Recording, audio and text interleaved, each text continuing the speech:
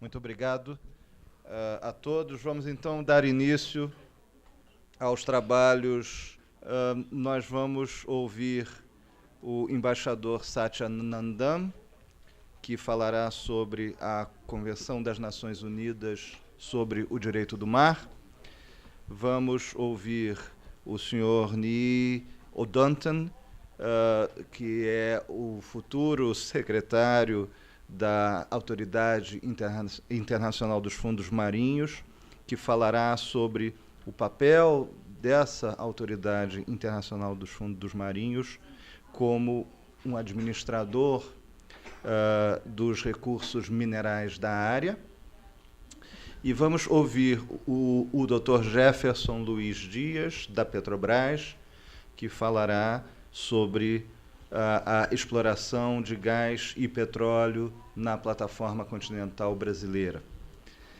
Eu, ao convidar o embaixador Satya Nandam para fazer a sua palestra, eu gostaria de esclarecer que o embaixador Nandam falará sobre a Convenção das Nações Unidas sobre o Direito do Mar, e poucos conhecem no mundo esse tema como ele. Ele que foi relator da conferência que levou à adoção da Convenção das Nações Unidas sobre o Direito do Mar, e além disso, é autor de uma obra seminal de comentários aos artigos da Convenção. Ele agora está em vias de terminar o último volume dessa obra monumental de comentários aos artigos da Convenção de Direito do Mar. Então, ninguém com mais autoridade e mais conhecimento do que o embaixador Satya Nandam, e é um privilégio tê-lo aqui.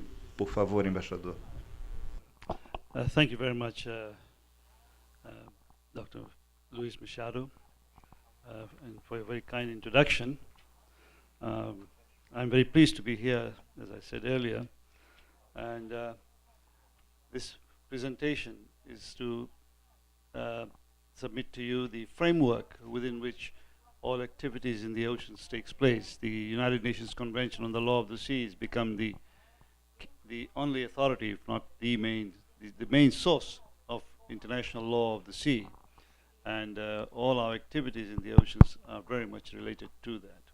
And so this is basically to introduce to you the framework and the effect of the Convention on the Law of the Sea.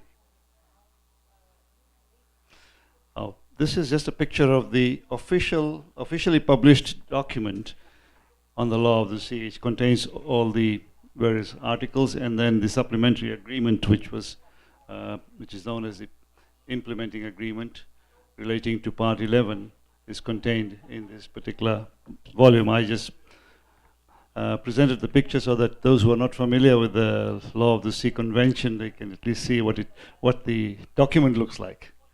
Next, please. Well, the convention is the product of the Third United Nations Conference on the Law of the Sea, which opened in 1973. And since 1973, in fact, prior to that, 3 years prior to that, there was another committee called the Committee on the Peaceful Uses of the Seabed and the Ocean Floor. They came up with a declaration which was adopted in the General Assembly in 1970, and that declaration stated that the resources of the deep seabed and the ocean floor beyond national jurisdiction was the common heritage of mankind, to be regulated by a institution and the rules that will be adopted in due time. So the conference was really to develop the rules and regulations. I should mention that together with that particular committee's work, there was a proposal in the 6th committee, the legal committee of the conference, mainly from the major maritime powers, US and the Soviet Union, that there should be a conference to resolve the problem of the distance, the breadth of the territorial sea. Because at that time there were so many variety of claims. Some had claimed, as you know, in Latin America in 1952 up to 200 miles, nautical miles, as the breadth of the territorial sea, particularly the Andean countries. And there were others who had claimed a variety of limits. So the request for, or at least the move to have a conference to resolve that issue, and the recommendation of the Committee on Peaceful Uses of the Seabed and Ocean Floor coincided, and the General Assembly decided that there should be a comprehensive conference on all the outstanding issues relating to the oceans, and in one convention. And that's when that's how the conference was convened in 1973, and we were very hopeful that we could achieve a convention very quickly. So we had an 8-week session in Caracas in Venezuela, hoping to negotiate and conclude an agreement, adopt it, and sign it and go home. Well, as it happened, we were a little overly optimistic. It took us it wasn't until 1982 when we finally adopted a convention, because we tried to work by consensus on almost every issue, so that whatever results comes out of the conference, it will be adhered to and observed by all states. Well, we were largely successful, except in relation to Part 11, that is the deep seabed mining part, where there were some ideological differences between the North and the South, and that remained outstanding when we adopted the convention in 1982. The convention itself came into force on 16th November 1994. That's when the International Seabed Authority was established, and subsequently the Tribunal for the Law of the Sea, and of course, and subsequent to that, the Commission on the Continental Shelf was elected. Now, the convention has been supplemented by 2 implementing agreements. One relates to the seabed mining issues, which were left outstanding in 1982, and that agreement was adopted in 1994, and that enabled a lot of industrialized countries who had stood aside from the convention until this agreement was reached to become parties to the convention. And then we had a subsequent agreement on straddling stocks and highly migratory stocks, which was really inspired by the Rio Conference on Environment and Development. And that conference, again, unanimously adopted a supplementary agreement on how to deal with these certain fisheries issues which were current at the time. Next, please. Now, this slide shows you the parties to the convention. All those who are in the green color, all those states are parties to the convention. Those who are not yet parties to the convention are United States, this is Alaska, and this is United States. They are on the verge of becoming a party. They've been like that for quite some years, but I think they're closer now to becoming a party, and with the current change in administration in Washington, it's very likely that within the next year they should become a party, because the Bush administration had recommended that they should become a party. The Foreign Relations Committee had approved it, but it never got put to a vote in the Senate, where it requires 60 votes to adopt the decision to consent to the United States becoming a party. I think the numbers are much more favorable now, and this year or next year they should become a party. At least I hope so. Now, there is a significant group of states here in Latin America: Venezuela, Colombia, Ecuador, Peru, Ecuador, which are not yet parties to the convention. Most of them have very personal, or rather unique, national problems In the case of Venezuela and Colombia, there are problems of disputes between them on islands, and that is holding them back from becoming a party. There is Ecuador and Peru both had in 1952 in their constitution adopted a 200 miles territorial sea, and they have to make adjustments to that before they can become parties. And there is they have expressed a desire to be part of the convention, so it's not as though they're not, willing to become, but they have internal problems regarding the change in the constitution, and we hope one day they'll succeed in doing so. And I think here somewhere is Nicaragua as well, which is not a party for its own reason. I think it's the same problem with neighbors. Then you have the newly independent states from the Soviet Union and from Yugoslavia. Some of them have not yet become parties for various reasons. Turkey, because it has problems with the islands of Greece, it has not become a party yet. We hope one day they can resolve the problem and there'll be parties. And in Africa, I think it's more due to inadvertence than by any particular hurdle or problems that these countries have not yet become parties. There may be some reason, but I don't know of that. Here, this is Libya. And Libya, you had an extensive claim in the territorial sea. Oh, that's not Libya, sorry. No. Oh, no, in the north, yeah, I'm sorry. So who's this here? Yemen or somebody, no? Yemen, isn't it? This one here. Anyway, another African state which is not yet party. I'll have to check the map, Here, it's in Asia, as you can see, it's pretty solid, except that Thailand has not become a party because of certain bilateral problems in this region, which pre-existed with the convention, and they would like to see that revised with their neighbors. And this is North Korea, of course, which is not a party. So we have a very wide support for the convention and adherence to the convention. But what is very interesting is that even those who are not parties to the convention by and large, observe the convention rules in some of the significant ways. Most of the problems that they have are very much national or bilateral problems. Next, please.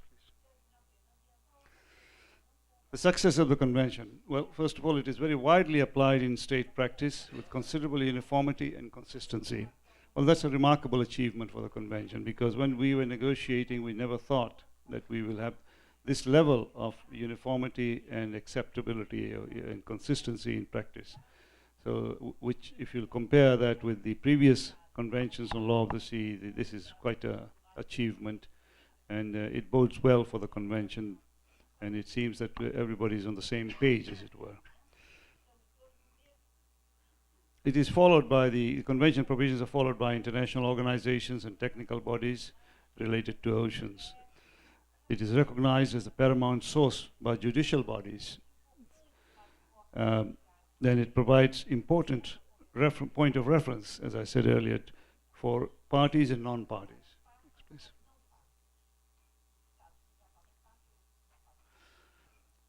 Now, what are the achievements of the convention? It settled the breadth of the territorial sea at 12 nautical miles with a guaranteed right of navigation. This was a very important and critical issue at the conference. The breadth of the territorial sea had eluded international community for a long time. The previous two conferences that were held under the auspices of the United Nations, they could not finally agree on the breadth of the territorial sea at the time. Prior to that, during the one of the first issues listed in the International Law Commission's agenda was to discuss the issue of the breadth of the territorial sea. So for a long time, this issue remained unresolved, and at last in this agreement, we were able to come to agreement on the breadth of the territorial sea. And it was able to do that because those who wanted to control resources around the coast found another way of doing that through the introduction of the exclusive economic zone up to 200 nautical miles, where the resources, fisheries, minerals, and other resources, or including the use of the water column for energy development, was prerogative of the coastal state. And in that area, the coastal state has sovereign rights as opposed to sovereignty, which is where, in the case of territorial sea, you have sovereignty. Here you have sovereign rights to resources only, and not sovereignty over the area. Then it provides for extended continental shelf, combining scientific and geological criteria where applicable. This was an issue which sort of was carried over from the previous convention on continental shelf, 1958 convention, where there was an imprecise definition as to the outer limit. And in this case, the pre-existing concept of a continental shelf for a coastal state was affirmed, and a definition of the outer limits of the continental shelf was established. And it is for this purpose, as I'll mention later, the Commission on the Continental Shelf, outer limits of the continental shelf, was established to ascertain that the formula in the convention is properly applied. The convention provides for a regime of archipelagic states. I come from Fiji. We are an archipelago, and there was a special regime which is very objective, established to satisfy the countries which have particular geographic situation, and they wanted to have this regime established. This was discussed in 1958 but not agreed to, so at last we were able to get some satisfaction on this issue at this conference. It creates a regime for the development of mineral resources of the deep seabed. That is what we call Part 11, which is where we had a lot of controversy, and eventually we resolved the regime, some of the outstanding issues in the regime in 1994, which enabled everyone to become parties to the convention, which is the regime now that we are applying in the International Seabed Authority. And I'm happy to say that there is considerable amount of consensus and agreement on all on the regime we have and its implementation by the authority. Then it sets out rules for the conduct of marine scientific research. Marine scientific research in the territorial sea is the prerogative of the coastal state. It's a sovereignty area. They can decide to exclude people or give permission to conduct marine scientific research. In the area beyond 12 miles, there is a consent regime. It's called, there is a regime which is called consent regime for marine scientific research. There are very few grounds on which a coastal state can refuse marine scientific research in the area beyond the 12 miles territorial sea. And basically, in the marine scientific research should be done in the interest of information and science for the benefit of all states. And of course, coastal states can set conditions and require that data and information is provided to it, or to have observers or participation in other ways in the research that takes place in the economic zone. Next, please.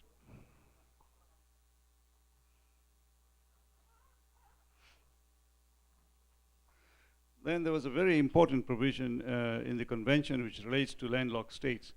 Landlocked states were at a blocking third in the conference, and unless we satisfied their needs, it would have been difficult to adopt a convention by 2/3 majority. But there was a genuine case for them to be included and to resolve their problems, because previous conferences had separate. There were other agreements which were subscribed to by the landlocked states but not by the coastal state. But because it was part of this overall convention, the package was adopted, and their interest was also taken into account. Then we have extensive provisions on protection and preservation of the marine environment, some of which are in clear rule terms, and some are basic principles which need to be elaborated and implemented. To that extent, this is quite the negotiations on this began in 1970s and 80s and when we and it was adopted in 1982. And in fact, the 12 principles which were adopted in the Stockholm Conference on Marine Environment were basically elaborated and adopted in the convention itself. So we are quite advanced in that sense that this is the first set of imperative rules in any global agreement relating to marine environment. It establishes mechanism and procedures for compulsory settlement of disputes. This is quite unique as well, because in multilateral agreements, particularly one as complex as the Law of the Sea Convention, you don't see compulsory dispute settlement provisions. In this convention, we have provided for that, and not only that, we gave the different options for settlement of disputes, and if there is failure to do so, then there is still a right on the part on any of the parties to appeal to the International Tribunal, which is the new organization established by the convention, and seek the president of the tribunal to appoint an arbitral tribunal if there is no agreement on an arbitral tribunal between the disputing parties. Now, the result of all these is that the universal acceptance and widespread application in straits practice provides a common framework for relations among states on maritime issues. So this is, again, as I said earlier, a major achievement, because everyone follows and everyone plays by the same rules, and there is therefore less dispute, and the issue no longer is what is the law, but how it should be applied in particular circumstances. On most of the occasions, these are resolved through negotiation between parties. And since there's a lot of people from the naval forces here, one of the very important things was the navigational part of the convention, passage through straits around the world, innocent passage through territorial sea of other states, and then other rules that are included. For the first time in great detail in the convention, what is the meaning of innocent passage? That is defined in the convention for the first time.